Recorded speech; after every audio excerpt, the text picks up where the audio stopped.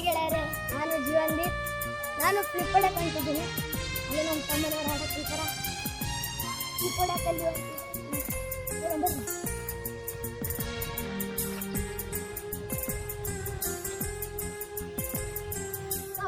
One two three.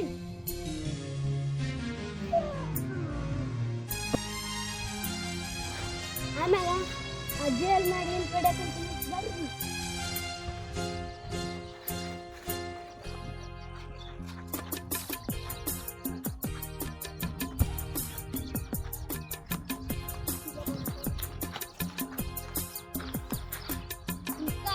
One, two, three.